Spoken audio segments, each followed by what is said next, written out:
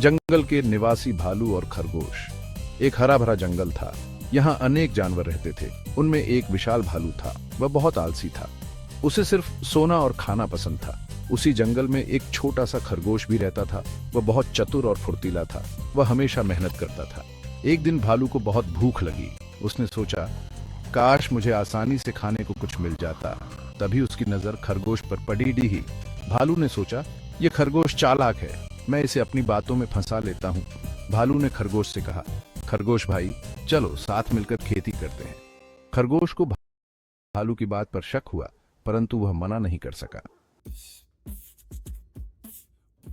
भालू और खरगोश ने मिलकर खेती शुरू कर दी। खरगोश मेहनत से खेत जोतता, बीज बोता और पानी देता। भालू दिन भर आराम करता रहता। जब फसल पकने का समय आया तो भालू ने कहा, खरगोश भाई, अब फसल बांट लेते हैं। खरगोश ने कहा, ठीक है भालू भाई, आप ऊपर का हिस्सा ले लो, मैं नीचे का हिस्सा रख लेता हूँ। भालू लालची था। उसने सोचा, ऊपर के हिस्से में तो अनाज होगा। भालू खुश होकर ऊपर का हिस्सा लेकर चला गया। खरगोश मुस्कुरा रहा था।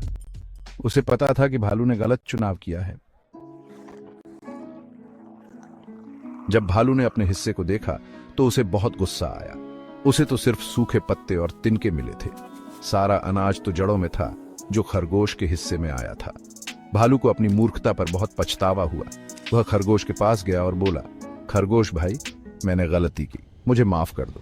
खरगोश ने कहा, कोई बात नहीं भालू भाई, आपको सबक मिल गया। भालू को अपनी गलती का एहसास हो गया था। उसने निश्चय किया कि वह अब आलस छोड़ देगा और मेहनत करेगा। यह कहानी हमें बताती है कि मेहनत और चतुराई से ही सफलता मिलती है। आलस और लालच से हमेशा नुकसान होता है। हमें हमेशा ईमानदारी से काम करना चाहिए और दूसरों को धोखा नहीं देना चाहिए।